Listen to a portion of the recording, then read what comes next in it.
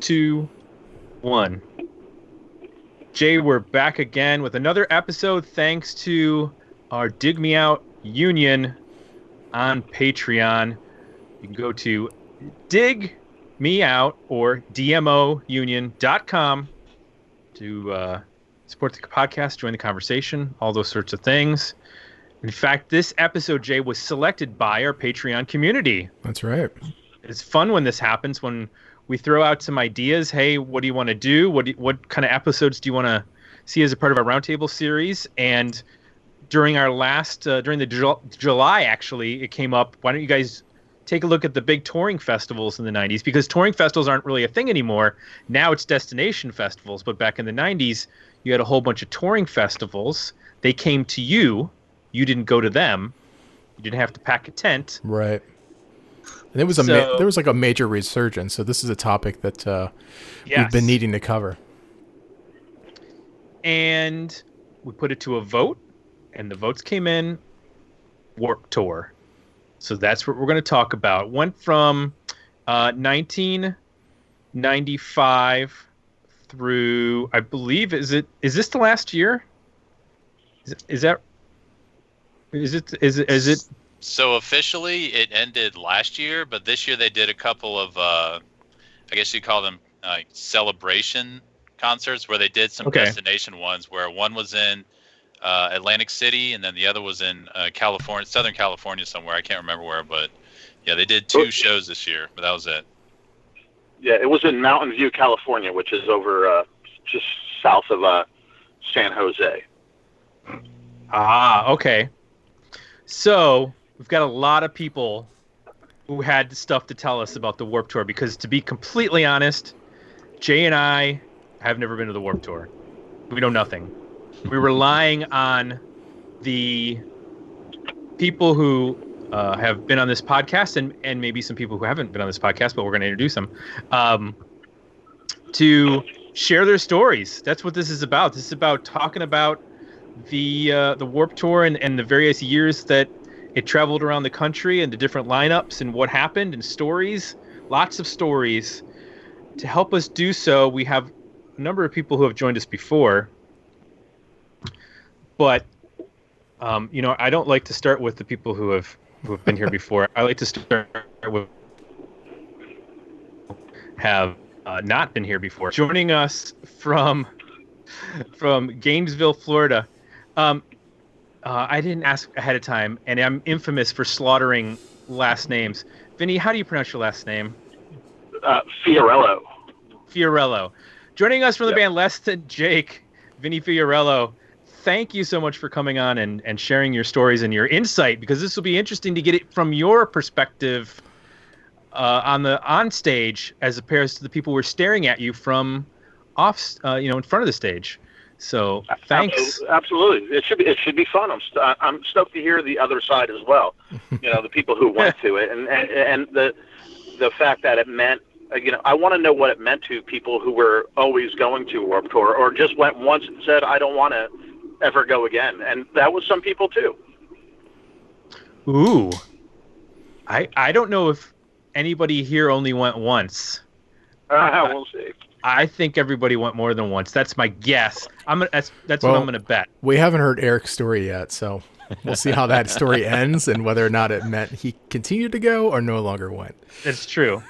So, of course, we have a number of people who have schooled us over the years in the sounds that were relevant to the Warped Tour, which I guess if you're going to say what would be those sounds, it would be like punk, pop-punk, ska. Am I in the right ballpark with those band types? Right on. Yep. Right on it. So that means we got a couple gentlemen that have been here before. Eric Grubbs, welcome back. Hello, guys. Good to be back with y'all. Good to have you back. It's been a little while. And then, of course, Jeff Takis, welcome back. Hello. If we were going to have anybody on, the first person I reached out to was Jeff. I said, Jeff, we're doing this. And he's like, I'm in. So that made sense. Now, the person who said, I have lots and lots of stories on Patreon is the gentleman who joined us for the infamous legendary Kiss Roundtable back, was it last year or 2 years ago? Chris Martz? It's been so long, I can't even remember. It's been a while. It has been a while, so I can't remember, though. It's become a timeless episode, to be quite honest. So when it took place is irrelevant now because it just exists forever in the ether. December 2017. Oh, wow. Yeah. Wow, that was a while ago. Yep. It feels like just yesterday. So does the start of the Warped Tour. Yeah, Oh, right. boy. How about Oh, that? boy. How about that for a segue? That was smooth. So 1995 is the inaugural year of the Vans Warped Tour. This is a phenomenon in the 90s, traveling rock tours or traveling festivals.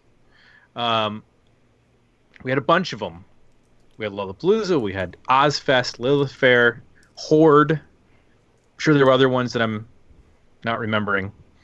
And this one was, I believe this was the first that was sort of, Lollapalooza was like a smattering of all different sorts of styles, and you could see all sorts of kinds of bands. This one had a focus, and I feel like that's what became the 90s in terms of Lilith Fair had a focus, Ozzfest had a focus. They drilled down into sort of a certain genre or a couple of genres of music. And as I mentioned before, Jay and I have never been to the Warped Tour, so we have to defer to the people who went there to tell us and tell our audience what was the Warped Tour like when it was traveling around the country. So we polled everybody who's taking part in this and asked them when they went. So to kick off, person who went to the very first Warped Tour, which was 1995, Chris Martz. Chris, tell us about your experience. Give us some insight into, well, first of all, how do you find out about it in 1995? You're not getting onto Twitter or Facebook. What was it, MTV News, or where'd you find out about it?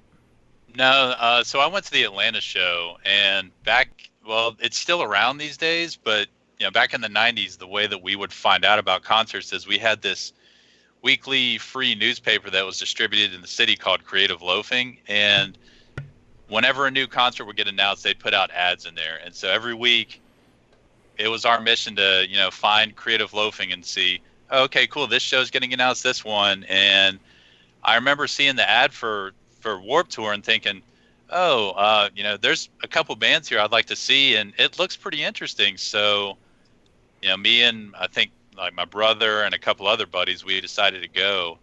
I want to go back and correct you a little bit. So, and this is actually kind of important, was the first year of the Warped Tour, it actually was not sponsored by Vans. And yeah, I think that going into 96, because I went in 96 also, is that you could see how much sponsorships really changed and made it a whole lot more kind of, I wouldn't say like corporate, but more professional. And it gave the tour a lot of money where they could actually do some stuff and make it just a little more well-rounded. But back in 95, so I don't know if anybody's familiar with Atlanta. There was this old concert venue called the Masquerade where it was in an old like cotton mill in downtown, and behind there was a stage where they, with a small lawn. It wasn't like a full-blown amphitheater, but they called it the Music Park. So what was interesting about the Warped Tour and the main stage was outside, out back, outside, and then inside was where, and they had, so inside the Masquerade there was 3 levels: Hell, Heaven, and Purgatory. Well, in Heaven was the main stage, but they usually have concerts at, but the second stage for the Warped Tour was inside. And then, so they set up the ramp for the skateboarding out on the lawn at the music park. And then inside in the lower level in Hell, they kind of did a small little street course for skateboarders. But it was just a great little setup that they had. And it just felt like something a lot different, because, it wasn't, back then by 95, Lollapalooza had become this big thing where, Pearl Jam and, like Hole and all these other huge bands played. But Warped Tour, And they had like the first year, like Quicksand headlined. And it's like they were never a huge band. And if you go down the lineup for '95, like No Doubt and Deftones, they didn't play the Atlanta show. So you'd have like Sick of It All and L7, and it was just a cool day. I think the tickets were like $15. You could just go there and hang out all day. And luckily, since the second stage was inside, if you were sick of the sun, you could go inside and watch bands. And it was just, for a 16-year-old kid, it was just something different where it wasn't Lollapalooza at this huge amphitheater. It was something a lot smaller where you could see different bands. And it always left a mark on me. Like, just saw some, I remember walking outside and seeing Sublime, and then the next year when they hit it big and all the popular kids in high school started to like him, I was like, well, where were you guys last year when they played here? You didn't get to see them, but I walked outside and watched a little bit of their set. So it's just, a few years ago, the Masquerade, they put on this festival called the Wrecking Ball, and they actually kind of recreated the whole thing where they had the main stage outside and then second and smaller stages inside, and it was just, it really reminded me of the first Warped Tour, because it was just different there. It wasn't packed or anything, but it was just a really cool day. That's what I remember about it.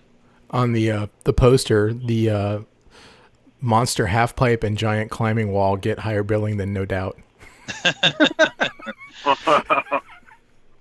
That's pretty accurate. Yeah, they didn't even play the Atlanta show. I don't know how it worked where some bands hopped on and some bands hopped off, but we had I remember the main stage was like Quicksand, Seaweed, L7, Orange 9mm, Face to Face. Then inside was like Sick of It All and Civ and Guttermouth. But yeah, No Doubt didn't even play here, and that was I think a year before Tragic Kingdom broke. So right, yeah, that's true. So I got to ask, so Vinnie, you mentioned that you guys were touring in 95 and the first year was 96. So you were aware of Warped Tour sort of launching, correct? Yeah. And the reason why I knew, in Florida, Guttermouth had played, so they hopped on, obviously. I don't know if they played the Atlanta shows or not, but Guttermouth played, and we were friends with Guttermouth, and we had toured with the Descendants, and Guttermouth was on there, and they told us some stories about it. But I was aware of it because people that were friends had gone to see it, and that's when Guttermouth they were bringing somebody up from the crowd and then taking a drumstick, the singer would, and put it up his butt, and then dare someone for a free shirt to put it in their mouth. So, and that was their sort of crude and weird trick, but it was at a venue called Janus Landing, which is still around. It was in St. Petersburg, and a similar thing to the setup. It was usually a club, but they had it split where the ramp was over on one side, from what I've been told, and they had another second stage that was inside at a smaller club that was in front of Janus Landing. Okay, so how do you get onto a tour like that? Do they reach out to your management, or is your management seeking that out? I think that you have a booking agent, and they were seeking opportunities. And Less Than Jake at the time, we were touring between 8 and 9 months a year, and doing a lot of headlining for the most part. And it was just we kept on going. Hey, we want to do a support tour. We want to do a support tour. And this guy, Rick Bondi, who was booking us at the time, Blink-182 was another band that he booked, and they started to break. So it gave him a little bit more leverage to put Less Than Jake on the bill. So, and that's what happened. And so I was looking at the 96 lineup, and Jeff, you can chime in here, but it looks like there was a much bigger lineup, but it looks like also there were a lot of swapping in and out of bands playing. So Jeff, I'm interested, you said this was your first year. What were some of the bands that you would highlight as far as seeing at your stop? Yeah, there were 4 bands that I remember going to that particular Warped Tour date, which the Warped Tour date in '96 that I went to was in Camden, New Jersey, which is right across the river from Philadelphia. So it's basically the Philadelphia stop. And those 4 bands that I still remember their sets was the first time I saw all of these bands, and they're all still bands that I love. Less Than Jake must not have been on that lineup in Camden, because I would have seen them for sure. But the 4 are Rocket from the Crypt, Face to Face, Down by Law, and Dance Hall Crashers. Interesting. Yeah, this is a really interesting lineup. Looking back at it, there's the Deftones are back, but then you add 311, which I think at this point 311 was starting to make some noise nationally. But you also have, for one date, Limp Bizkit. Yep. They played Jacksonville date. Yeah, it must have been. Mm-hmm. Yeah, they played Jacksonville. That makes sense. Yeah. So I wonder if that was if that was just an opportunity for a one-off that, where they were from that area, right? Correct. So if they had a slot for a band from that area, because I see that there's a couple of that, a couple of those instances where a band only played one date. So I'm assuming it's all from, that was a band from that area and they got to play the show for that area. Yeah. So can I tell you a story real quick? Is the second year it didn't come to Atlanta, so me and my brother and a friend, we drove all the way up to New Jersey for the Asbury Park date. And when we showed up, I don't know if anybody's ever heard of Shelter, the Harry Krishna hardcore band. Yeah. Oh, yes. Beyond Planet Earth. Yeah. Oh, yeah. Their best album by far. But so when we got there, Shelter wasn't advertised, but there was just rumors going around in the crowd, hey, Shelter's going to play a show here. And they literally just set up on the sidewalk outside the Stone Pony, and they played. And that was the only date that they showed. I guess if you go on Wikipedia pages or anything, they're not listed for '96, but yeah, they definitely showed up that day and played. Awesome. So, Vinnie, were you with? How long were you a part of the '96 tour? Was it for a large number of dates? Because they increased the number of dates from 25 to 30 for that year. We were on half. The first 2 years that we did Warped Tour, we were on half. And then on the third year that we were on Warped Tour, we did the full thing, and then pretty much we did the full thing every time we played Warped Tour until last year, which we were in Europe at the time, and then came back and did the last 12 days or 10 days. So what is the vibe like backstage with regards to, we hear stories about at Lollapalooza, the Beastie Boys playing basketball with, members of other bands, and there's this sort of communal aspect to when there's this traveling festival.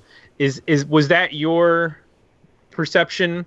It all depends what year it is, right? Because sometimes the chemistry between the bands would be off a little bit. I remember when NoFX was out and they had Under Oath there, and the vibe was a bit weird and wonky, just because Fat Mike was just stirring the pot, on the religious side of thing, and kind of questioning their faith and their beliefs. So I think it all depends what year it was. But on top of all that, I think that as Warped Tour goes during the summer, you find that in the middle of it, you have enclaves of people that they find each other like-minded. Maybe they didn't know each other before the tour, or maybe they were a fan and didn't know them personally, but you start to see friendships start to happen between bands and between members of bands, and it starts to gel, and then you see that sort of radiate out through the tour as the tour goes on. So by the end of it, it feels like punk rock summer camp is what everyone always, described Warped Tour as. And for 90% of my experience, it always felt like that by the end of the summer. After all the speed bumps and sort of the alignment and the friendship start to get forged. At the end, it felt great. And in the 90s, when it was primarily punk rock, a lot of those bands knew each other. So if you had Pennywise and NoFX, Social Distortion, they all were from the same scene, and they played really big shows before in Southern California. So they already had that friendship forged before that. So it was almost immediate that when the tour started, they had their friendship circle, already tied up. Now, what year is this? The year 96 when Fueled by Ramen starts? It all depends. Fueled by Ramen was around in different forms throughout, just sometimes putting out Less Than Jake records, and then started to form a little bit more in that 96 range and 97, where we started to find bands and put out bands pretty regularly that weren't Less Than Jake or weren't friends. Gotcha. I'm just curious if when the Warped Tour would come through town and you'd have these, local bands essentially that would get to play like a one-off date, if at any point you saw a band play one of those shows and thought, oh, those guys are good, and considered signing them, or if it all came through, friendships and that sort of thing where you knew people. During that time, Warped Tour was a little bit of a different animal. There was some local stages that you can kind of go check out. Nothing ever really came of it, but on the opposite side, most of the Fueled by Ramen early bands came from Less Than Jake touring, where there was a local band, and then I went, wow, this is amazing. And go from Impossibles, Bigwig, Apocalypse Hoboken, and Beretta. All those bands were bands that opened up for Less Than Jake that I fell in love with as I was watching, going, how doesn't anyone know about you outside of Richmond, outside of Austin, outside of Houston? My mind is blown, and that's what really charged me up to push forward with doing a label, was the amount of talent that people had out of just local bands. And I say just local bands, but at the time we didn't know anything about it. There wasn't any internet. You could go check it out, right? We just, hey, this band's opening, and you stand on the side of the stage and watch them play, and you go, wow, this is blowing me away. So would you guys do, when you were playing, when I've seen where, a band is on tour for some sort of festival and they might go off and do like a one-off show if they're not playing that particular night or something like that, or might go do a secret show somewhere. Was there any of that where you might do something a little out of the ordinary while you were on the festival, or was it strictly like sticking to the festival? No, we had played some. We had some off shows, and we would go and we would play. Just a club show. I remember there was one show that we played. It was in Green Bay, Wisconsin. It was on a day off of Warp. It was us and 22 Jacks, and there were 600 kids stuffed in a 400-seat club, and it was brutally hot in there. The air conditioning didn't work, and because there was a noise ordinance, they couldn't open the doors of the club either, so it was just baking in there. And at that time, we had this guy that would dress up with us and blow fire. And that night, when he blew fire, it rolled across the ceiling, number one, which scared the shit out of me. But number two, the flame was so big and it was so hot that it took the air out of the room for a brief second where I couldn't breathe for this, 1 second where it just choked me out. And it put a pretty large amount of fear on me for blowing fire inside a club, oversold club too. But to answer your question in a more simple form, anytime we were in that headspace of, hey, you guys want to come play? Yes, we want to come play. Do you guys want to take a day off of tour? No, we want to go play a show. So we would go and it didn't matter where it was, if it was a day off or if it was an opportunity, we would go do the show or do a record store in-store and play in there. And whatever the opportunity was, we took that opportunity at the time because we were hungry. Right. So who of our roundtable here, let's go to 97 and talk about, because this is where we get to an even bigger lineup, including Weezer in 97. Who went in 97? Anybody? Not me. I went. Chris, what stop did you go to? It came back to Atlanta, so it was actually it was the last show of the tour. So me and my buddies, we went to the Atlanta show, and it had moved to where they ended up playing every other time, which was the parking lot of the major amphitheater here in Atlanta called Lakewood. So yeah, but Weezer did not play that show. I think they played that show. What was their pseudonym? Goat Punishment, I think it was. Because I'm pretty sure they were broken up and they just showed up and played a surprise show then. Yeah, they only played the what it looks like the Boise, Idaho. Yeah. Yeah. Stop. But I'm pretty. There's a list on, if you go to warped-tour.fandom.com wiki, you can look at the lineups for every iteration of the tour, and this is when they start to list what they call the ASCAP Ernie Ball Locals Only stage. And when you look at some of the bands there, you're like, huh, that's interesting. For example, on the local stage for Carson, California, Lake Tahoe, 2 dates, it was Knapsack. And for what was the other one that I saw that was interesting? I just lost it. There was a couple of different ones where I was like, huh, it was the 7/15, the July 15th episode, stop in, guess who played Lawrence, Kansas? The Get Up Kids. The Get Up Kids. Interesting. There's also quite a number of interesting bands that were on this particular tour for the main tour. Sugar Ray was on this tour. Yep. Yep. Now,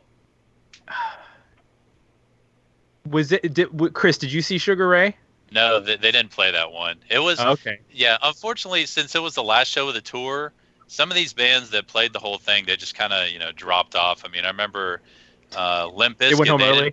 Yeah, like Limp Bizkit, they went home early but Fred was still hanging around, and my brother went up and talked to him. He goes, "Hey man, are you guys playing?" He goes, "I think it was Wes. Like hurt his ankle skateboarding the day before, and so everybody else just went home." So, but yeah, we didn't get Sugar Ray.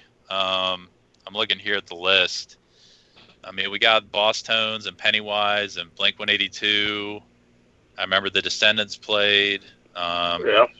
So yeah, Social D played.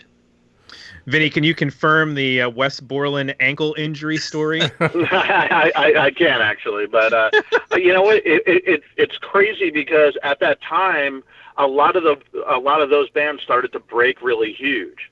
So that was one of the first moments of Warped Tour where they had to deal with security for artists, and they didn't have to deal with that the first few years because it never reached that sort of point of pandemonium, where people went, that's a star, so we're going to rush and we're going to, get crazy. But that year you had, if I'm not mistaken, it was Sugar Ray was on there. Kid Rock was maybe on that year, or maybe that was the next year. I can't remember, but that's before Kid Rock was exploded, but still started to get radio airplay and started to push forward, and it started to get crazy. I remember Black Eyed Peas being on tour too, and that's when it, started to get radio, and it started to happen, and it was nutty because Warped Tour wasn't prepared for these big, massive shows, they had to learn by doing, and that was with everything. It's like Warped Tour. And if I can say anything about Warped Tour learned every year from the previous year's mistakes. So if this happened the previous year where the stages were ill-equipped with security or with barricades, that was fixed the next year. And if the sound was terrible, they tried to modify the sound for the next year coming. So Warped Tour at a certain point was just pushing forward every year, bigger and bigger and bigger, and had to learn the lessons on the ground, boots on the ground. And that's pretty wild, because Lollapalooza, like, we had mentioned earlier, it was just, you showed up and it was more of a corporate rock gig at an amphitheater. This was in a field or in a parking lot, and they had to set up fences and make perimeters and figure out where, 80 buses were going to park. And it was a wild time to sort of be a part of it, and very Wild West, where there was a lot of no rules going on. Like, Less Than Jake, you guys shouldn't do a circle pit. Okay, we're not going to do a circle pit, Kevin. We're going to do a figure 8 pit. And then we would do it and have kids bump into each other and give them concussions and stuff like that. But no one was there to say, you really can't do this. This is against the law, or this is against, our company's policy. It was just, we were out there, and it was punk rock, and there was a certain amount of the people who owned it, and the bands for sure, and the athletes that were on it at the time, that it was, hey, fuck it, it's punk rock. We're going to do whatever the fuck we want to do. And we did. Kid Rock was 98. Yeah, and that's an interesting year, because yes, it was. It's not only Kid Rock, it's the Specials. Well, that's in terms of an influence, and in terms of somebody that's casts a big shadow over the scene. I imagine the Specials would be right up there. It was the Terry Hall-less version of the Specials, because, ska had really broken through in the late 90s, and so the Specials reformed, but without Terry Hall. And they put out a record called Guilty Until Proven Innocent, I believe. Yeah. Yeah, I mean, it's like, this is all like footnote, because, Terry Hall has reunited with the Specials ever since. But at the time, it was like, hey, ska is happening, the Specials are getting name checked. And so it made sense for them, for a version of them, to reunite. So this is your first year, right, Eric? That's correct. Should I just go ahead and tell the story? Tell the story, please. Okay. All right. Because there is a little bit of a setup. I know you're chomping. Well, because I'm hearing Chris tell these stories, I'm like, these are great, and I'm like, I want to share this story, because this is the only time that I went, first of all, as a fan. In the years later, I would cover it for the Dallas Observer, because I wanted to cover something that I think that a lot of writers would have just dismissed as like stupid stuff that kids do, and I wanted to represent like why people still like this and give them respect. But in '95, I first heard about the Warped Tour, because Face to Face was then and still is one of my all-time favorite bands, and hearing that they played it, there was all these like skateboarding and BMX, that was all very interesting to me. But as much as I liked Rancid and Bad Religion, I wasn't like full on into pop punk, and of course Green Day was a big influence on me as well. But it wasn't until like the summer of '97 that I really, really got into pop punk, and just the flood of what was going on at the time, I really connected with it. And so the following year, my friend Tim and I decided to go to the Warped Tour date in Houston, and that was in early August of '98. Now, as we were driving down to the Astro Arena, which normally did not have shows, probably the most notable show that they had prior to that was Nirvana played there on the In Utero tour. But for the most part, that was used for the Houston Livestock Show and Rodeo, like they would just move cattle through there. But it was the only like big venue that could accommodate the Warped Tour, and it was all supposed to be in the parking lot. Well, as we're driving in, we see big rain clouds are up above. So then we get word as we get there, it's like, hey, the show has been moved indoors. And so Tim and I go in and we have a great time. I mean, we saw 22 Jacks, Hatebreed, a little bit of the Deftones, Unwritten Law, Reverend Horton Heat.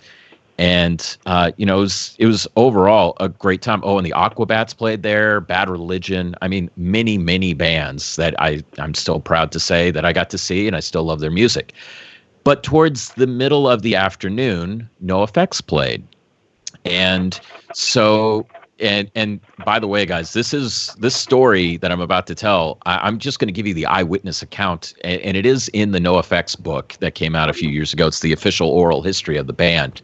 But so I'm watching NoFX play, and I think it's a pretty good show. And in the middle of it, Fat Mike says, "You know what, guys? The sound in here is just god awful."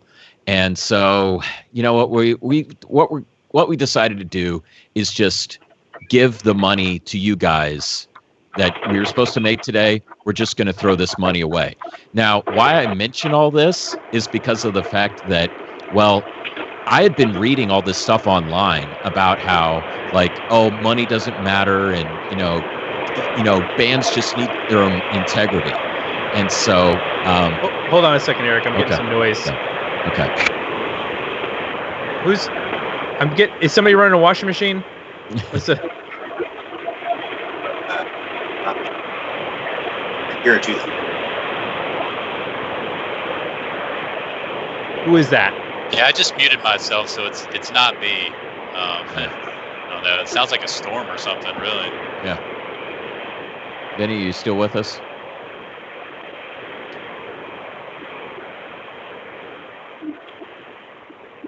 All right. I think it's subsiding. Okay.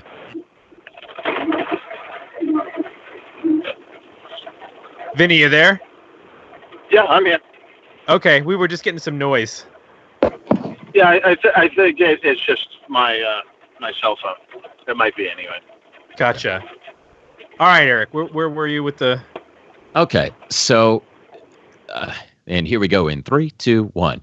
So I had been seeing all this stuff online on, like, I before I read message boards and long before social media, I was involved on email digest discussion lists. And on those discussion lists, people would talk about how, like, punk is this and punk is that, and you don't need money. And especially when it came to, like, NoFX, it's like, oh man, you don't need the money. You can just be yourself and you can get by and all this. And there are all these, like, virtues that were talked about in pop punk. It's like, if you were a pop punk fan, you had to talk about your virtues.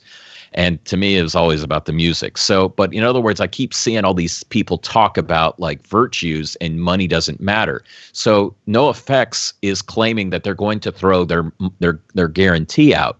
And they claimed that it was $5,000 that they were going to throw out to the crowd.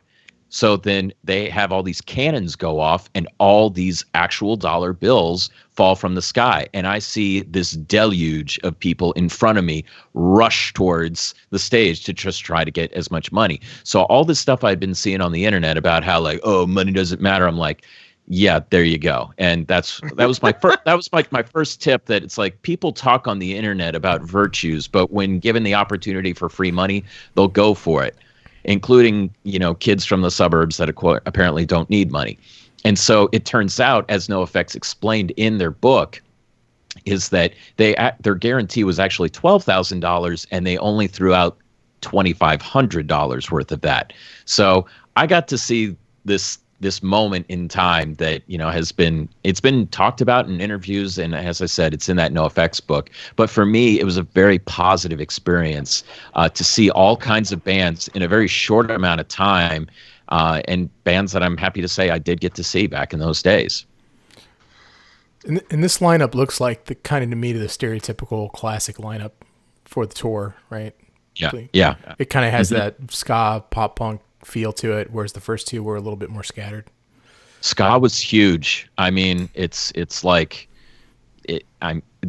people thought ska was going to be the next big thing, heir apparent to pop punk, which was heir apparent to grunge. I mean, they thought ska was going to be that huge.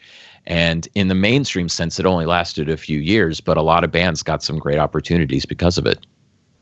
I'm curious about the crossover with the swing revival, because I see, like, Cherry Poppin' Daddies, yep, and Reverend Horton Heat, and some other bands that were sort of lumped in with that scene that happened just prior to this. I guess it would have been like 96, 97.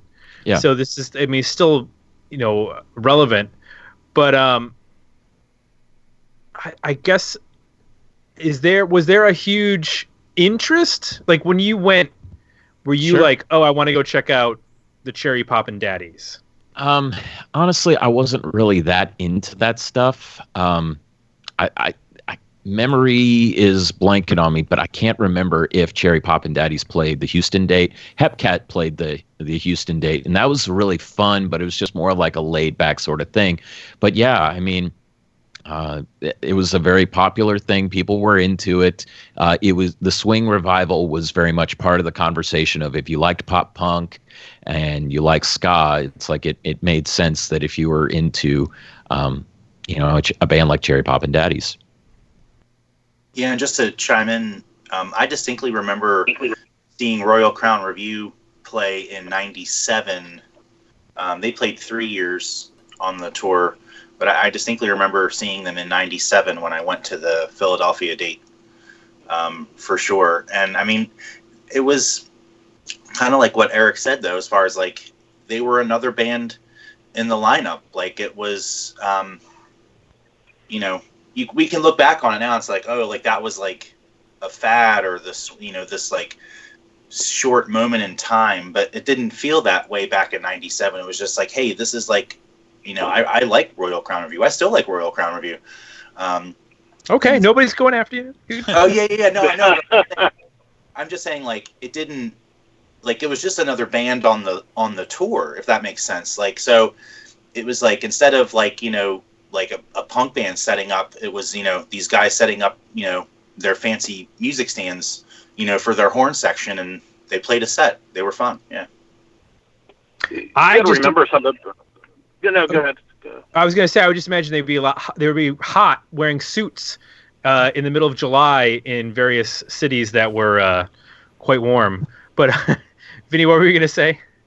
I just was gonna say that you guys got to remember that Cherry Poppin' Daddies at the time, I mean, they were sold over 1 million records. It was insane. It was people were rabid about it. The shows that we had played with them, we had played with them in the Northwest way before they were on a major, and they still were drawing 1,200 kids, 1,800 kids, and people were coming because they were great musicians, but also the show was super fun. So that high energy, fun show translated to the Warped Tour crowd in like an instant. You didn't have to know the Amazing Royal Crowns or Royal Crown Review or Cherry Poppin' Daddies.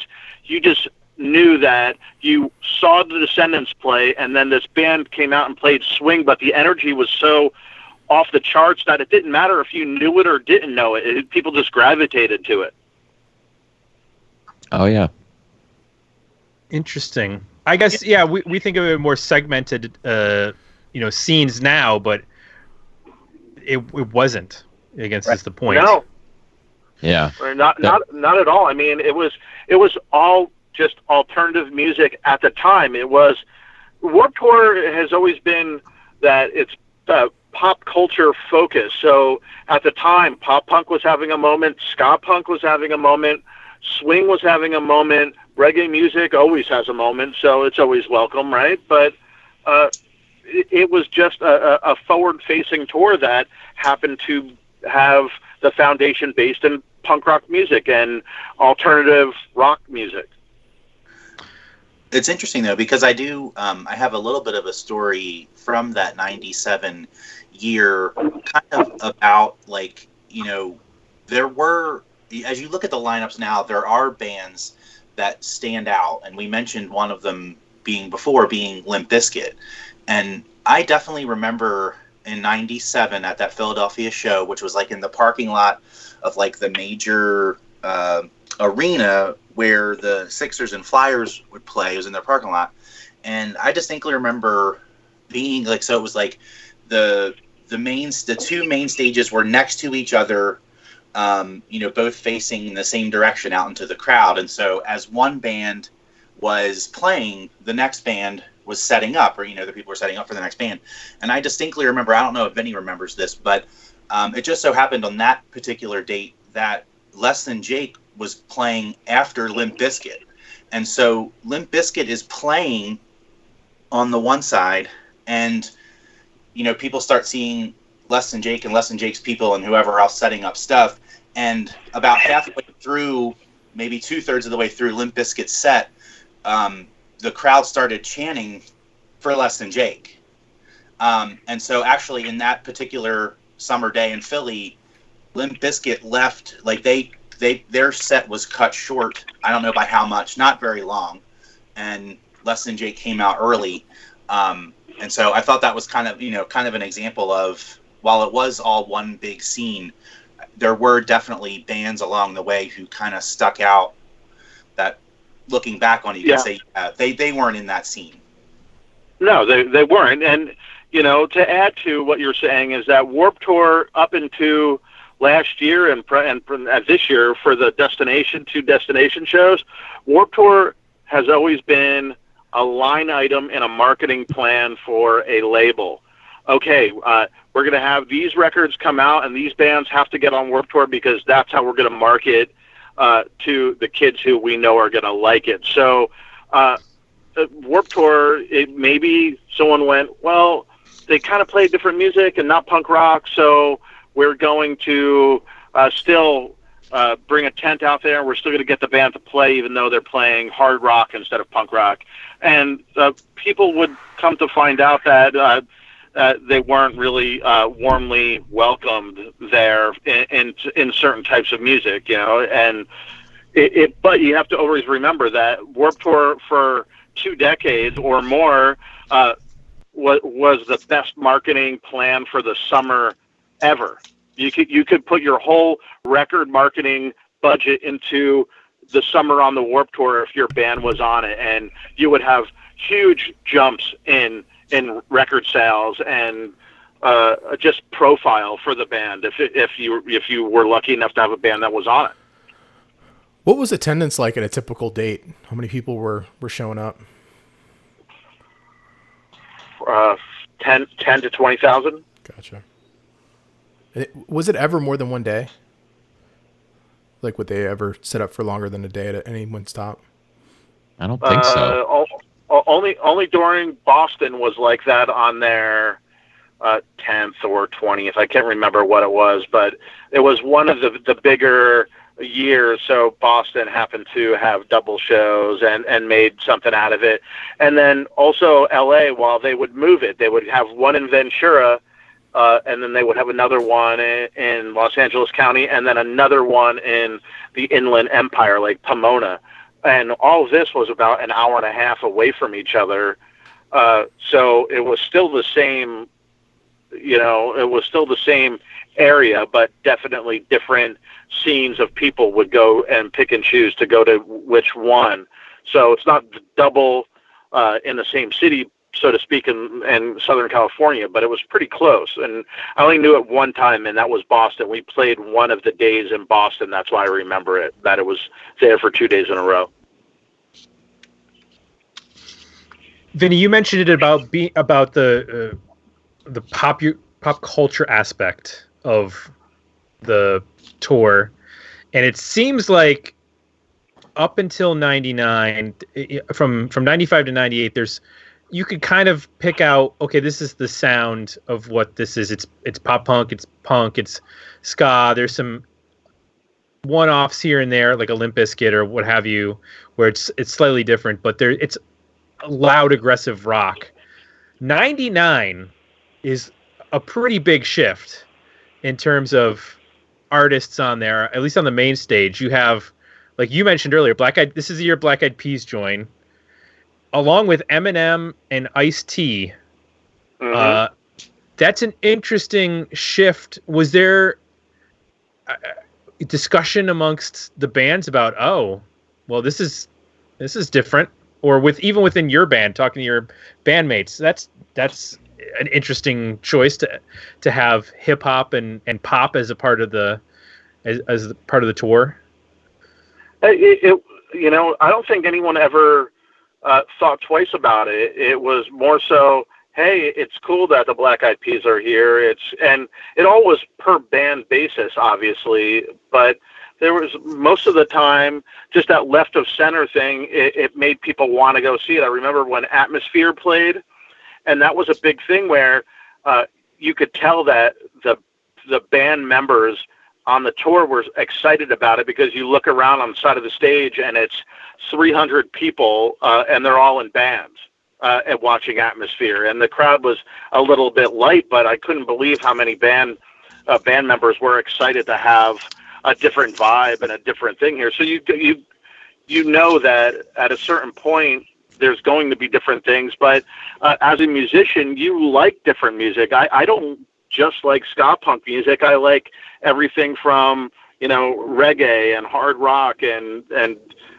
death metal and go down the line. I have favorite bands of a bunch of different genres. So it was never, oh, why is this band here and they're interlopers on Warped Tour? This makes no sense. To me, it was always, hey, the more diverse the lineup, the better it's going to be, because that's what my taste in music. It's just equally diverse. As long as they're a good band and nice people, it didn't matter, really. Okay, let me ask that for the people who were going to the tour. See if they felt the same way. Eric, Jeff, Chris, did any of you go to 99 with the lineup expanding in terms of its sound? I did not, because of the fact that, I got into pop punk, then I got into emo, and not at the time, not a lot of emo bands were playing Warped Tour, and by then I had also moved 4 hours north, and I didn't really know kind of the lay of the land. But the first show that I did see was at Trees, and it was 30 Foot Fall opening for the Vandals. So pop punk was still in my orbit, but as far as like wanting to go to the Warped Tour, it didn't interest me for whatever reason. I think I was just like trying to find my way and actually go to like individual shows and not just a package tour once a year. And Blink-182 is on this year, right? And this is the year they kind of explode. Oh yeah. Is that happening during the tour? I don't remember the timing of that, but well, 98 they were still Dude Ranch was their second album, was doing really well, but it wasn't it didn't do as well as Enema of the State, and Enema of the State came out in 99. So they were in this like weird buffer period, but it was kind of like, I mean, I seem to recall that Blink-182 was on a radio show, sponsored by a radio station. They played with Catherine Wheel. Can you imagine a bill like Blink-182? And this is full on like, hey, I fucked your mom last night, and let's talk about diarrhea, and this is I think this is Adam and Eve era Catherine Wheel. So compare that with that. So this is why Rob Dickinson builds Porsches now instead of touring. Yeah, because like once again about talking about being on email discussion lists, I was on a Catherine Wheel discussion list, and somebody was talking about how like I think it was a Philadelphia show, and so maybe Jeff could back me up on this, but somebody was like, "Yeah, I saw this band called Turk 182." Yeah, I was looking at my watch 5 minutes into their set, and I was like, why in the world is Blink-182 playing with Catherine Wheel? But again, it's like when you play with the payola, but you have to have those kinds of bills, I guess. Mm-hmm. Yeah, well, and that's a good note regarding where Blink-182 was. It was also, Black Eyed Peas was mentioned. This isn't the Black Eyed Peas of my humps. Let's just make that clear. This is far before that. Yeah, in terms of their popularity. And it's like the same thing with Eminem. I don't think he had broken when, 99? Right. He wasn't super big back then. He wasn't like the Eminem we think of now. Right. Because I remember I did go to 99, but I only went late in the day to see Seven Dust, and actually the drummer's sister walked us in because I didn't want to pay for a ticket. I really wanted to see Seven Dust. And like Eric, I had also kind of moved scenes as well from like this kind of, I was still in the emo scene, but gotten away from pop punk, but I was super into nu metal by that time. And like when I looked at the bands for '99, I was like, I don't really want to see any of these bands. But me and my brother, we knew Morgan from Seven Dust's sister, and my brother said, "Hey, Susan will get us in if you want to go." I was like, "Yeah, sure, we'll go, whatever." But I remember thinking, I think Eminem played right before Seven Dust or something. I don't even remember. The only thing I really remember about that was going to see Seven Dust and then leaving afterwards. But around this time, you also have to think about where Warped Tour was in relation to these other festivals, because by this time, Lollapalooza wasn't around anymore. Ozzfest was pretty much at their apex. I mean, 98, 99, they were just massive. So I think the Warped Tour was trying to get a little of the nu metal flavor on there as well and get some of the audience. So yeah, that's why you'd end up and seeing bands like, like Reveille. They played 99 Warped Tour. They ended up playing the second stage Ozzfest 2000. Like Seven Dust had played main stage Ozzfest 98, where that really, that kind of put a rocket on their back and shot them to the moon. And then it's like, I think Warped Tour is trying to get in a little bit on that as well, and that's when you kind of see this even more diverse lineup that, as opposed to like just pop punk back in the day.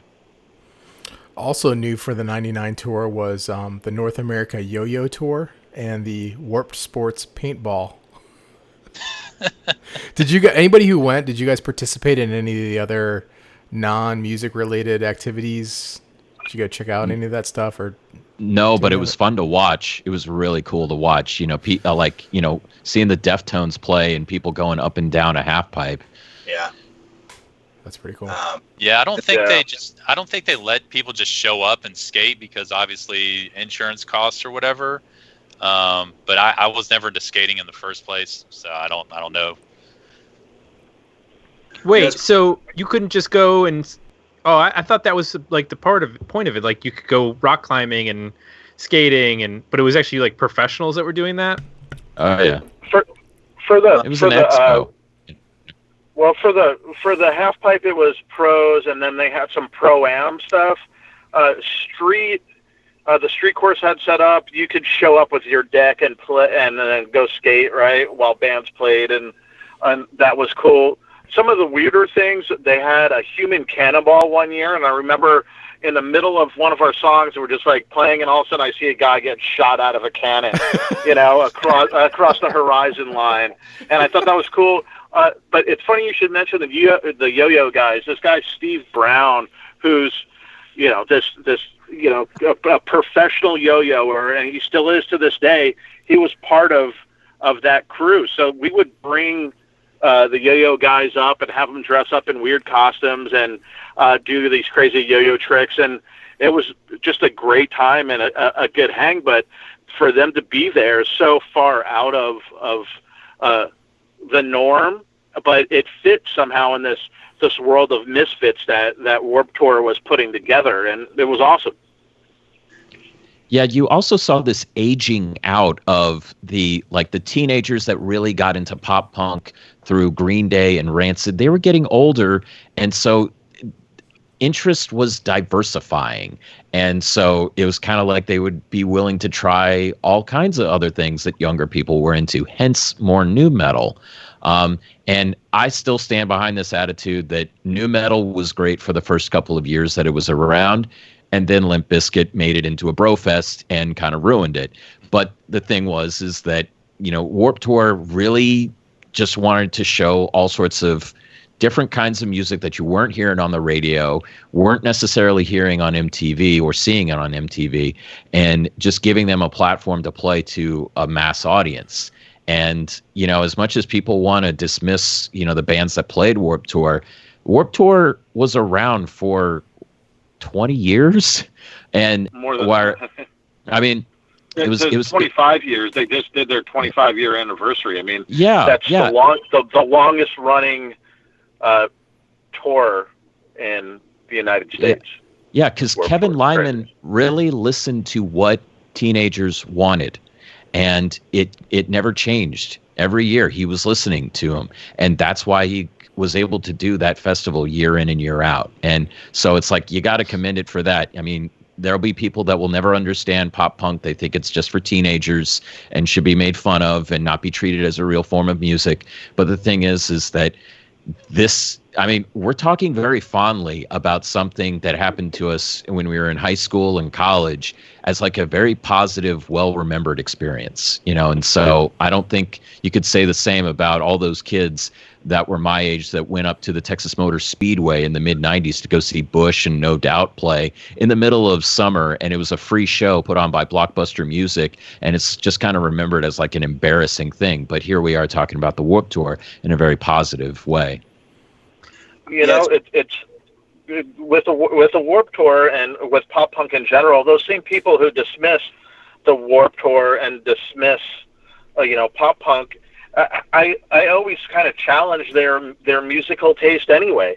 Those same people who dismiss pop punk, I go, well, what about the Jam? What about, go down the line of the Dickies and start talking about older, the first round of pop punk, and no one, I don't even know what you're talking about, and you go, exactly, it's the case closed. Just because you're dismissing it because it happened in your sort of teenage window and that's the thing you gravitate to and you grew up, you can't dismiss that genre or dismiss Warped Tour because they changed genres of music. It wasn't, the biggest complaint I always heard about Warped Tour, when I first started going there, it was all punk rock, and now it's all screamo and metal, so I'm not going anymore. And I would always say the same thing to people. Well, at the time, that's what was popular. That was on the radio. That was getting the exposure in magazines. Pop punk was that sort of it was bubble, and then it boiled. And then when it went away, why would a tour that specializes in pop culture drag a corpse along with it that was no longer relevant in pop culture? It didn't mean that genre wasn't relevant. Warp was just simply giving kids what they wanted, and you're absolutely correct on that. Yeah, and when I went to the ones in the 2010s, the thing that was a little disappointing was that these elder statesmen like the Bouncing Souls and Face to Face, they were playing to smaller crowds. But then again, when you have Attack and Chiodos on the bill, and Under Oath, I mean, more teenagers were excited about that. But at the same time, I remember walking by the Bouncing Souls merch table and seeing their merch guy just with his arms folded and just scowling at all these teenagers walking by that weren't, going to stop and buy a T-shirt. They were more excited about Attack merch or something. And there was definitely a divide. I mean, I remember seeing Street Dogs play there. And Street Dogs, who's their claim to fame is that the original singer of the Dropkick Murphys became the singer of Street Dogs. And there was definitely there was a turn away from kind of the roots of it. But the thing is that the industry and what taste had changed. It's like, that's just how it happened.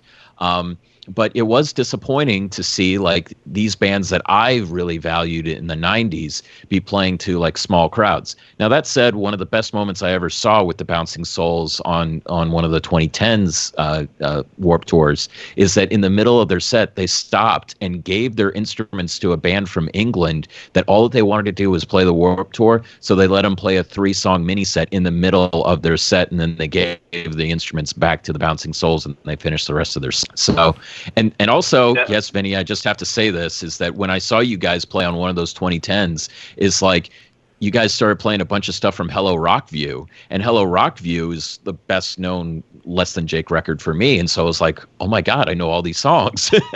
And people were having a great time. And it didn't matter if it was like you were 15 or 26 or 36. People were having a really good time despite the hot conditions, Yeah, I mean, Well, listen, Jake, we never talked down to the kid who liked Attack or Chiodos or anything. We were there to have a good time, and we never took it on to ourselves to be the curmudgeon and age ourselves out of Warped Tour. There was plenty of bands that aged themselves out of Warped Tour. Bad Religion, for instance, where it was like this music here, that, whatever it is, this is bullshit. We don't like it. Fuck it. And they aged themselves out of it. And Less Than Jake, we never wanted to do that. We knew that we were showing up and people wanted to have a good time. I wanted, hey, an older brother to go to their younger brother or sister and go, I saw Less Than Jake when I was a teenager. It was fun. And I'm going to take you to Warped Tour now and you're going to have a good time. I didn't want ever to have someone show up at Warped Tour and it be a bum out. Yeah. Yeah. I mean, when we talk about the 2000s and the 2010s, I mean, some very diverse lineups there. And the first one that I covered for the Dallas Observer, Jeffree Star was performing, and this is long before he had his makeup empire. And I just thought, like, if a guy came out on stage in the 90s and played this kind of music, he would have been booed and hated.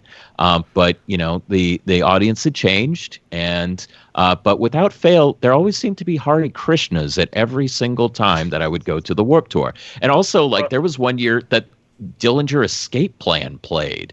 And this was when Billy Reimer was their new drummer, and they were absolutely incredible. It was the Option Paralysis tour, and that blew my mind. I got to see Against Me with Jay Weinberg on drums, and Laura was still known as Tom Gables. So I have a signed poster, and there was a very short line. It's like for me, kind of the old guy, I got a short line to get stuff signed at the Warped Tour, and so Laura signed it as Tom Gable, and Jay Weinberg, who's now in Slipknot, signed it as Jay. So those are all my Warped Tour memories, and I'll shut up.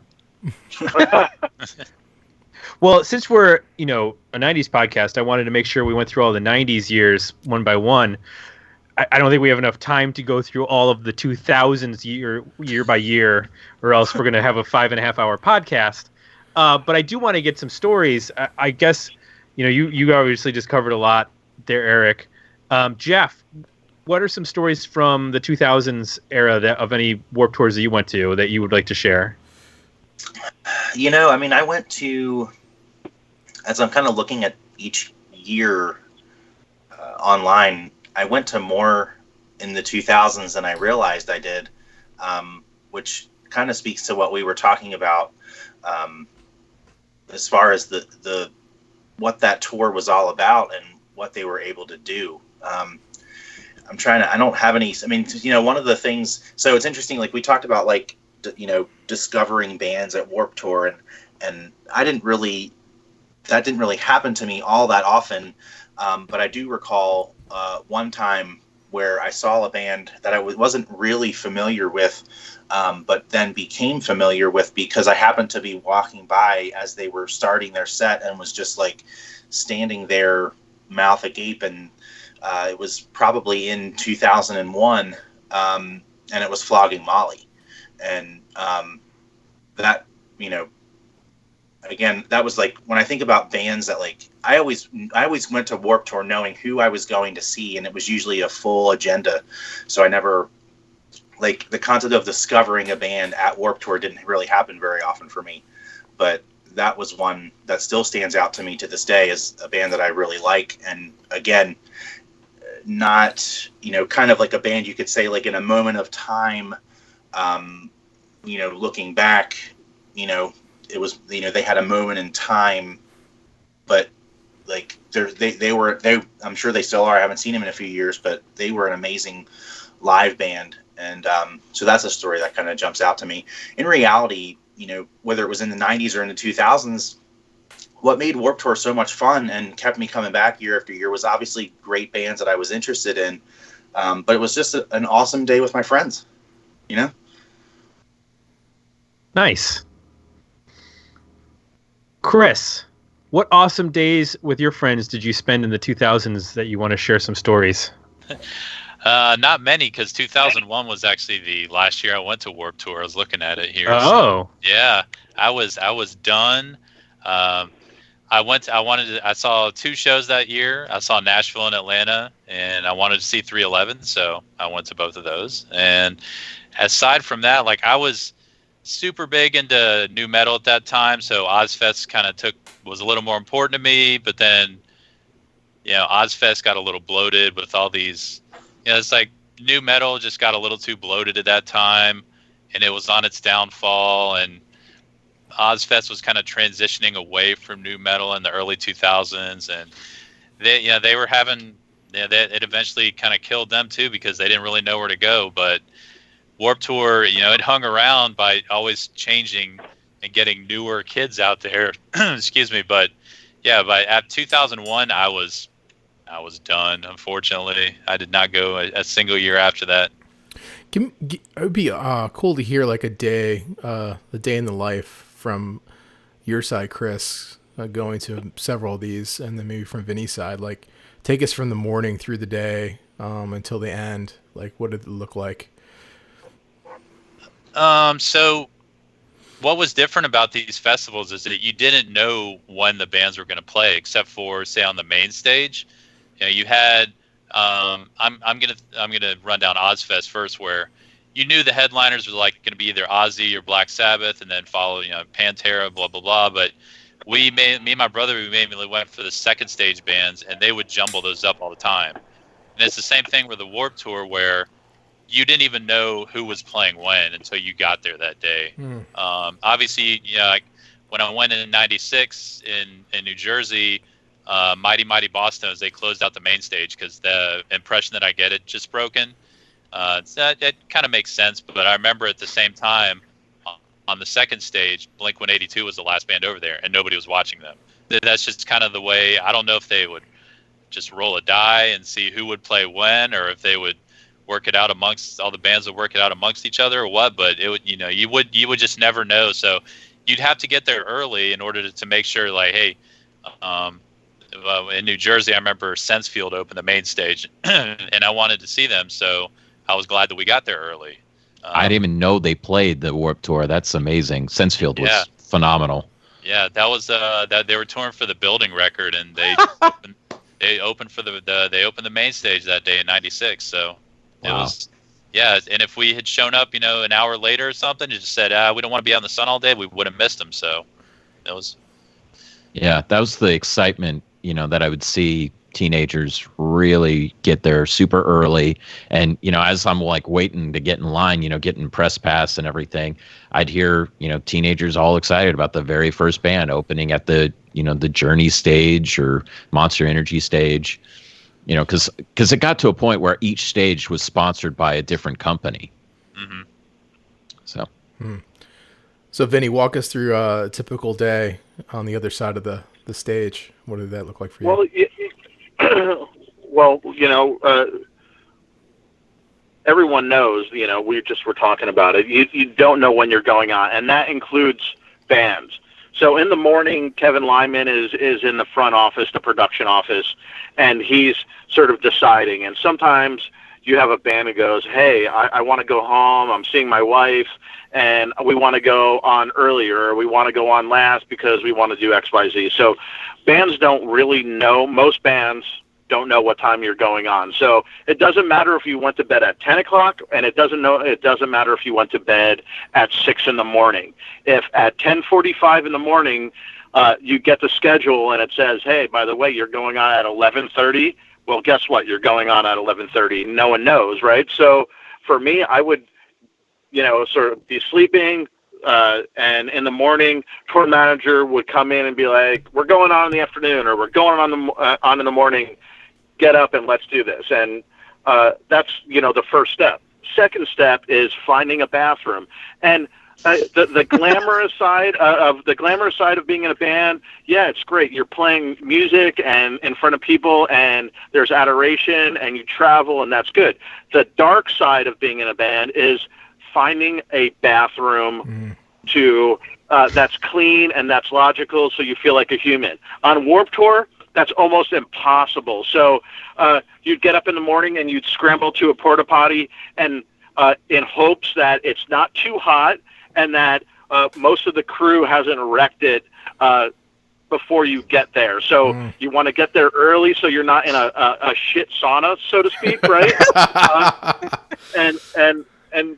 So you're scrambling to find a bathroom. You have, there's a certain amount of craziness where I'm looking at, I'm waiting for the bathroom, the porta potty, and waiting. All of a sudden, Bill Stevenson, who's a god on drums from the Descendants, for those who don't know, and you make eye contact with Bill Stevenson. He gives you the nod, and I have my my wet naps under my arm, or my toilet paper under my arm, and in I go after shitting after Bill Stevenson. And you make that eye contact because you're proud at that point, going, "Hey, I'm walking in. There's no embarrassment. I'm going in there to poop." And you could see that a mile away. You have guys in bands. All of a sudden, they have under their arm, they're trying to hide a roll of toilet paper. Well, guess what? You're on Warped Tour. Everyone has to shit sometime, and you're seeing your favorite band members of some of your favorite bands ever doing the walk of shame into the port-a-potty during the day, which is crazy. So after you find the bathroom, you look for food, you check out bands, and it's the same thing for a band member where you're plotting, hey, I'm going to go see Bouncing Souls, and I'm going to go see this band that I heard was good, so I'm going to go check it out, and then I'm going to go find lunch, then I'm going to warm up, and then we're going to play, and then we're going to have a signing. Les and Jake would always have a signing at our merch booth, just to say what's up to kids, sign whatever they wanted us to, and we would go. Sometimes there'd be press as well. Hey, you have 4 interviews in this market. You're going to go. Okay, one guy does one guy does 2, another guy does 1. So it would be a full day. Just because you're playing for a half hour or 40 minutes on Warped Tour, there's plenty more to go around, and you're in this crazy Warped Tour bubble. So most of the time, I wouldn't even know what was around Warped Tour, and occasionally I would venture out and go, "Oh, we're right over by Electric Factory in Philly. That's where Camden was, right? We're 15 minutes away from the Electric Factory, so I'm going to go get a cheesesteak at the cheesesteak place I like, and I'm going to go do XYZ." But for the most part, you're just living in this Warped Tour bubble, and you're not really leaving the grounds where the music's at. So you'd see the same people every day, and you'd get to see some new bands that maybe you never heard of, and you'd be on that constant stretch of looking for food or saying what's up, and the day would be full of music and kind of hanging out, and occasionally living like a savage, and occasionally living like a king, man. It was that big of a canyon between those two things. Sometimes you're in the middle of a field. There's nothing except for 104-degree heat, and there's a ham sandwich that they're serving you in catering, and you played in front of 1,000 kids or 2,000 kids, and then sometimes they're serving you steak, and you're in New York City. You could see, in Randall's Island where they would have it, see the New York skyline, and there'd be 15,000 people going fucking ballistic, and you're living like a king that day. But Warped Tour was great in that it made everybody, it broke down all of the barriers so that everybody it didn't matter if you were at number 1 at radio or you never ever got played on the radio. Everybody was on equal footing. And that's the cool thing that was Warped Tour for 25 years, is that Kevin broke it down to the barest of all and said, we're all the same here. We're all just guys that are in bands, and this is the festival that you could go first or you could go last, or you're going to be in a field and mud into your ankles, or dust. You're going to be blowing dust out for 4 days, or you're going to be playing this fucking awesome venue, and you're looking like the Gorge in Washington, looking down on a river, and you're in this amazing canyon and the famous venue where you're playing music, and it was that big of ups and that big of downs. It was crazy on a daily. One day it was great, one day it was shit, one day it was great, one day it was shit. It was nutty, and that was to my last year playing it last summer. It was the same thing. Some days would be amazing. Other days it would be like, what is going on here? This is insane. Yeah. I'll also add this about what Vinnie was saying about how the fact that a lot of people that worked for the Warped Tour played in bands, and so they could understand the mentality of what like young eager bands were feeling, is that there was a documentary that came out a handful of years ago called No Room for Rock Stars, and it was a Warped Tour documentary, and they had like these threads, and they were following this one band called Forever Came Calling. I might be butchering their name, but they were a young band. They were a pop punk band, and they just, all that they wanted to do was play the Warped Tour. Well, they finally somehow get to the back office, and they are talking to Damon Atkinson. Yes, Damon Atkinson of Braid and Hey Mercedes, who has gone on to have a very, very amazing career in concert promotion and working in behind the scenes. And you know, he's not troping around being all like, don't you know who I am? I played with Saves the Day on Conan O'Brien, you know, but that's not how Damon is. And so he gives this band a chance, and they were just like, oh my God, thank you so much. And you can just see on Damon's expression, it's like, I know what these kids are going through, and I'm giving them a shot, just like how people had given me a shot when I was younger. So it was, you know, again, Warped Tour cared about the young and up and coming bands. That is crazy to me that the lineup changed every day. Yeah. I can't think of I can't imagine that any other festival did, at least with the side stages that might have happened, but like you would think the politics of that would just become unmanageable. So no bands complained, everybody just took what they got and went and did their job. No, I mean everyone would fucking complain, man. But at the same time, you know, you knew what you were getting into. You know, there's a I won't say the band, but I will say that there was a band that was massive on rock stations. They were on Warped Tour, and they went to Kevin Lyman, and they were first, and went to Lyman and said, this is bullshit. We have a #1 hit at rock radio. We're going first.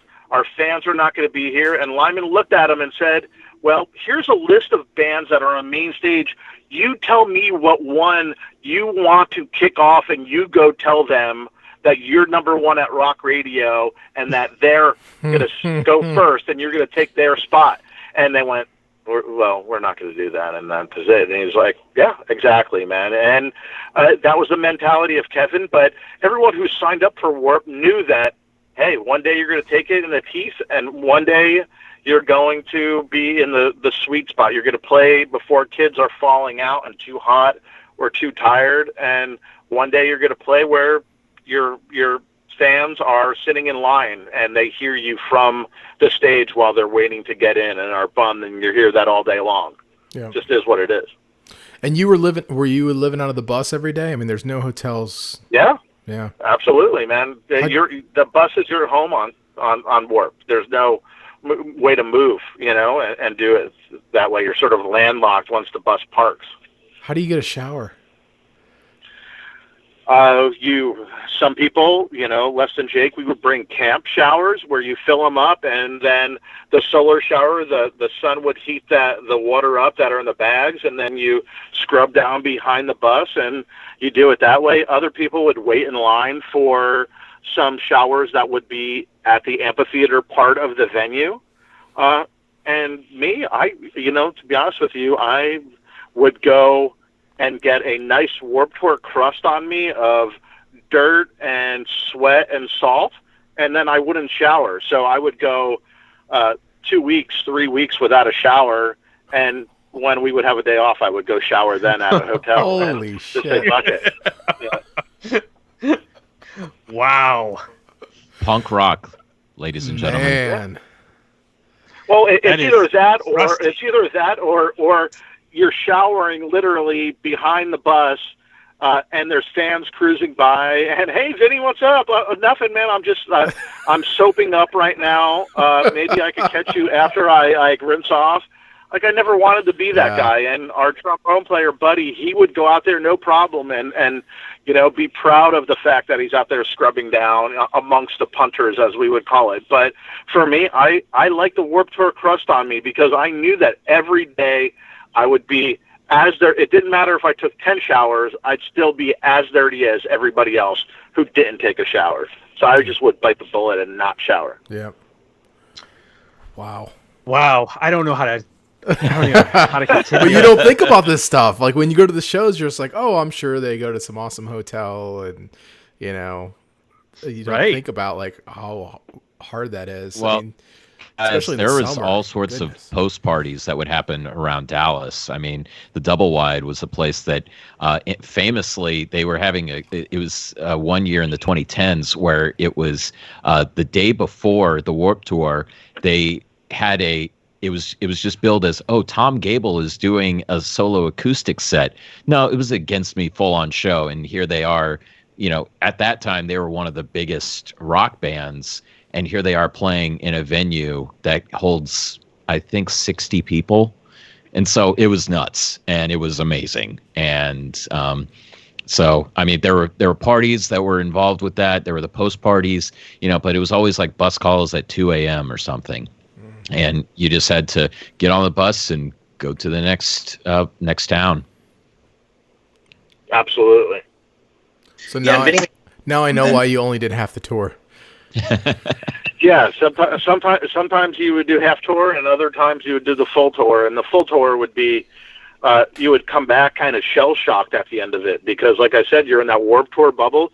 Once you go into the real world after that, you're like, the real world's weird, man. Like, and you're not seeing the same people that you would see day in and day out on this little micro community of Warped Tour, and you would settle into that community of Warped Tour, and it would be awesome. And once you left it, it would be very, very, very odd.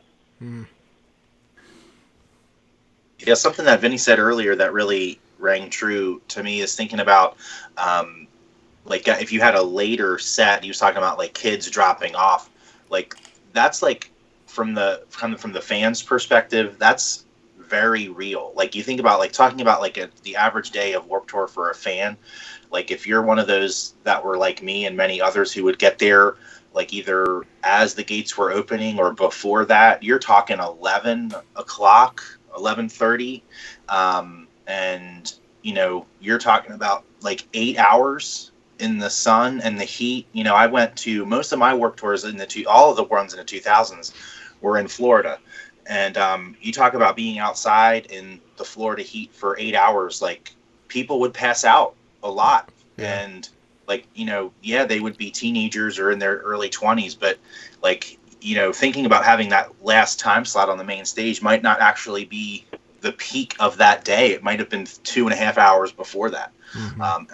Just fighting. 100%. You hit the nail on the head. It's that sometimes it was better to play first and have kids that would be there, they'd be excited and fresh, than to play last. Last was always terrible, man. It's that you have, a third of the crowd that's left and they're beat, and it's just, it takes a band really like digging in and not giving up and making the show about the fan to like bring the fan back to life when you're that last band. Yep. Oh yeah. I mean, it's like the few bands that were left playing at the end of the day in the 2010s was like, yeah, I'm just ready to go home. I mean, yeah. I was in marching band in high school, and all the things that I learned about how to survive being in a marching band with after school practice and summer band, like wear light clothing, wear sunscreen, and have plenty of water. I kept that all in mind with all the years that I would cover the Warped Tour, but I would feel bad for a lot of teenagers that would wear all black and not have any suntan lotion on or anything, sunblock. And, I would see a lot of people, passing out because of heat stroke and just not taking care of themselves. Or the kid who was unfortunate enough to pick the woolly hat in the middle of the summertime as a fashion choice to wear all day long. Yeah, you're like, dude, you're gonna die soon in that. It's crazy, right? So yeah, fashion over health. There was occasionally you would see that. Yeah. One of the things in reading in the history of the Warped Tour that caught my eye was the lesson lab tent, and apparently maybe when you guys visited this, or maybe Vinnie, you went over to this, was a tent for music lessons. Oh yeah, I got drum lessons at Lone Star Percussion's tent. And yeah, that was amazing. But there was also one where it's like you would have to pay to like sit down and like, get songwriting lessons or like guitar lessons or something. But it was awesome. Vinny, did you ever do that? I never did it because I always looked at it as kind of fleecing the fan. So while it's cool idea, right? So you're going to sign up, and let's say it's my friend Ryan, who was in Falling in Reverse at the time. He would do drum lessons, and that's cool, right? And there's some people that are really interested in drums, and he would go through it. And then there's other people that are just super fans that are going to pay the money because they want to have the contact, and they don't want to learn about the drums. So the people that are there who really want to learn drums versus the people that are there just because they want to be close to their favorite musician. It starts to get a little bit weird and a little bit of a gray area thing for me. And I sat in on some of those and just heard guys talk about, there was one particular guy in a band, and he was talking about the music industry. He would give you the basic 101 of getting signed and doing all this. And I sat there and I couldn't believe some of the stuff that he was saying. And I felt bad for the kids that really wanted to know how to push their band forward because it was all the wrong things, and I remember it to this day. It's stamped in my brain where there's a kid, it's like, okay, this is what you do first. Before you write, your songs, before you do anything, you have your band. You go find and hire a lawyer so he could shop your music. And I was thinking to myself, like, that is the most idiotic thing that I've ever heard in my entire life. Like, why are you telling kids to go find a lawyer first before you write songs and before you have a record? Makes no sense to me. So I think there's a gray area of people wanting the access just to musicians without really being serious. And then there are some musicians who aren't really taking it serious and they just want the money grab of it. And I'm not saying that one is more prevalent than the other, because there wasn't. It was just random sampling of me walking by and knowing some people who did it. But the idea is awesome. And having that access to somebody's knowledge is equally awesome. I think that it didn't quite hit that every single time in those scenarios. Gotcha. Well, we've gone quite a while here with our discussion. There is so much to talk about. I mean, that's what's great about this content. There's a lot to talk about. I guess I would like to wrap up with everyone. Maybe just share, what's your personal thoughts on the legacy of Warped Tour. I think what I've learned is that the tour, I thought of the tour as simply being a pop-punk-ska tour because I was not tuned in. And I think what I've learned is that it wasn't simply that. What it was a reflection of a reflection of what was going on in popular culture, as Vinny mentioned earlier. It was much more responsive to the music of that, whatever that year was, than say when I start to look back at like the Lollapaloozas, and maybe that's why it sort of burned out, was it seemed about getting the biggest names at a certain point, as opposed to what people who were younger were reacting to in an interesting, or having interest in. So I guess I'd just like to get everybody's final thoughts on, the legacy of Warped Tour and their experiences of going to it. So, Jeff, I'll start with you, just randomly picking a name. Sure. Yeah. So, I mean, I think what sticks out to me as being the legacy of the Warped Tour is that it was a multi-generational celebration of music. And I think that's,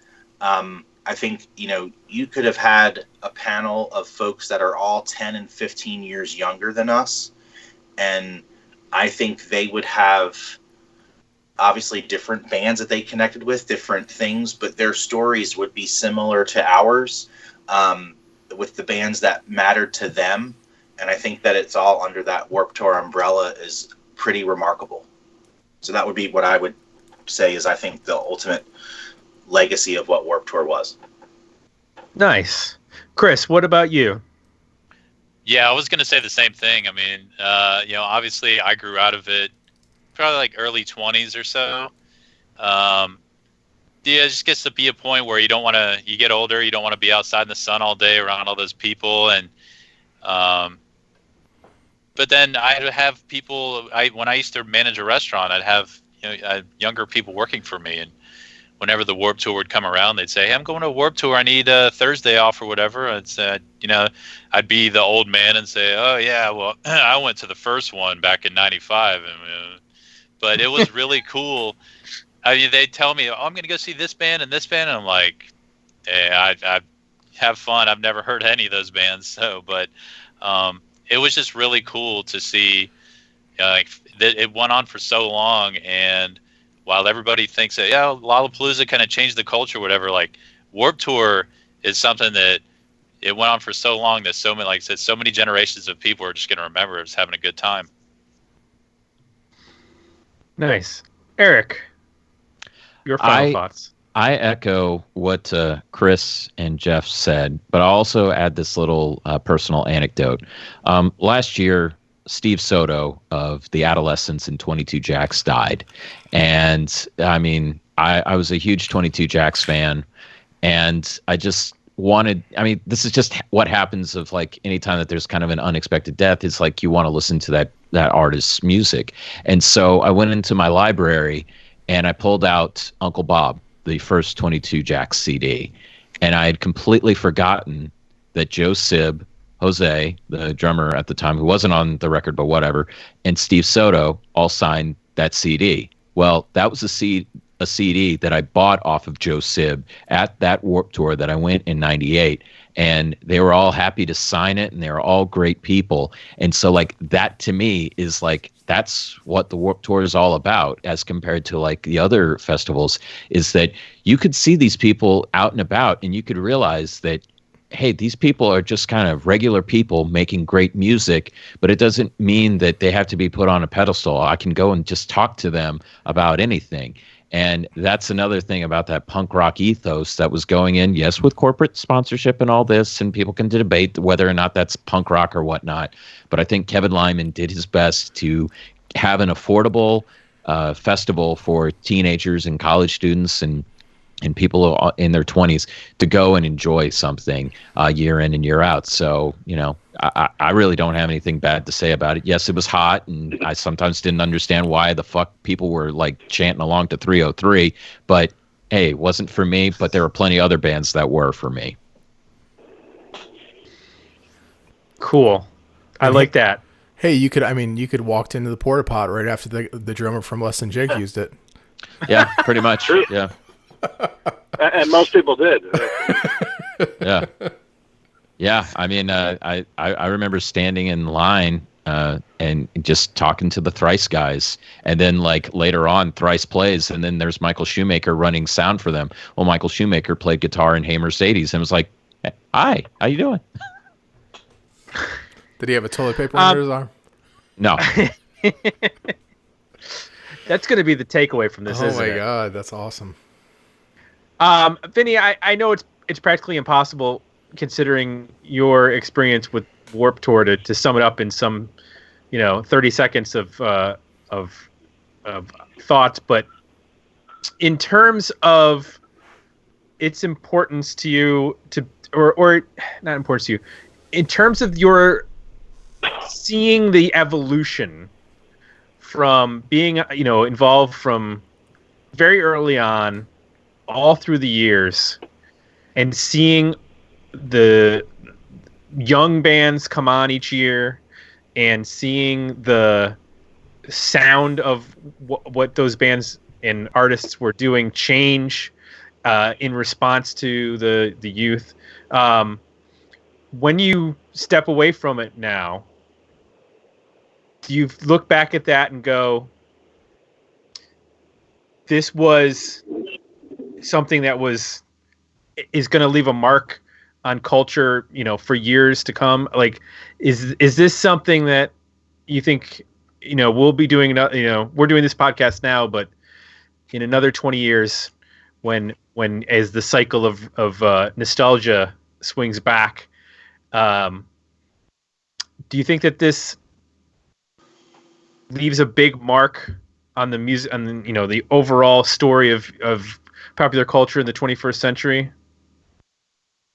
Well, before I answer that, I'm going to answer it kind of sideways real quick. And okay.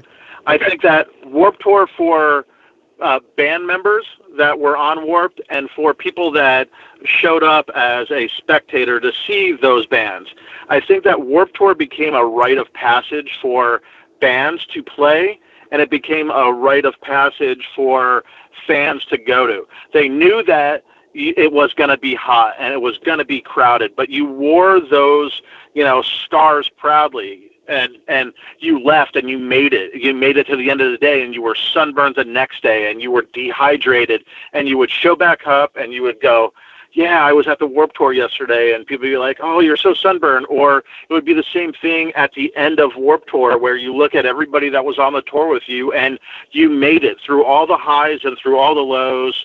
You came out the other side, and it was this cool rite of passage. And I think that anything that can transcend into that feeling of a rite of passage for people that are playing it and working it, and people that are showing up to view it, I think that if it could elevate to that standpoint, I think that it will live and resonate for many, many, many, many years to come. Excellent. I think this is a good point for us to wrap up and say thank you to all of our guests. This was a great, great episode. I'm already ready to put this in the Pantheon. I had so much fun, and I learned so much about this thing that I did not get to take part in, but I got to hear the stories, and that was pretty awesome. I got to hear all these stories from you guys. So I want to go around the room and plug everything that everybody's up to. Chris, what are you up to? Oh, just you can find me on Twitter and Instagram at @thechrismartz. Pretty boring. I basically just work all the time. I go to soccer games, and I'm actually going to Vietnam for 2 weeks next month. So, going with a group of local Marines who were there for 50th anniversary of an occasion. So, yeah, if you want to hear all about it or follow some cool pictures or whatever, just find me online, and that's what I'll be doing. Very neat. Eric Grubbs, Theme Park Experience. Yes. .com? Yeah. You can still go to themeparkexperience.com. I'm also on, it's also themeparkexperience.blogspot.com. And you can find my writing through there. I'm now just freelancing through Central Track, and I am back on the horse with writing that next book, which is going to be a sequel to Post. And as an aside, Vinnie helped me out with some background information when I interviewed him last year, wanting to talk about when Lifetime put out a record on Fuel by Ramen. So thanks, Vinnie. Nice. You're very welcome. That record is fantastic, by the way. It is. It's great. Did you see their, just to chime in, did you see their recording again? Yes, I'm flipping the fuck out. Yeah, me too. Yeah. I flew up to DC to see him last year. I'm the same way. So yeah. Vinnie, where should people go? Are you on the socials, Twitter, Facebook, that sort of thing? Instagram is what I'm most active on, and that's Wonderland War with a U. And I'm actually getting some interviews done for a podcast that I'm doing called Concentric Circles, which talks about interviews creatives and kind of follows their thought pattern from idea to execution. So the pilot just came out, and it's available where all podcasts are at. And go check out the pilot and subscribe for the episodes to start running in about 2 weeks. And that's called Concentric Circles? Yep. Okay. Excellent. Always love a new podcast to check out. Yes. Jeff, Rocket Fuel. I know that it's been a little while since you've done stuff there, but you got the archive of stuff. Is the legislature in session now, or are you off for a summer break? What's going on in the State House? So I am on a break. The legislature starts back with committee meetings in September, and then our legislative session in Florida this coming up year starts not too long after the new year, so January in 2020. Excellent.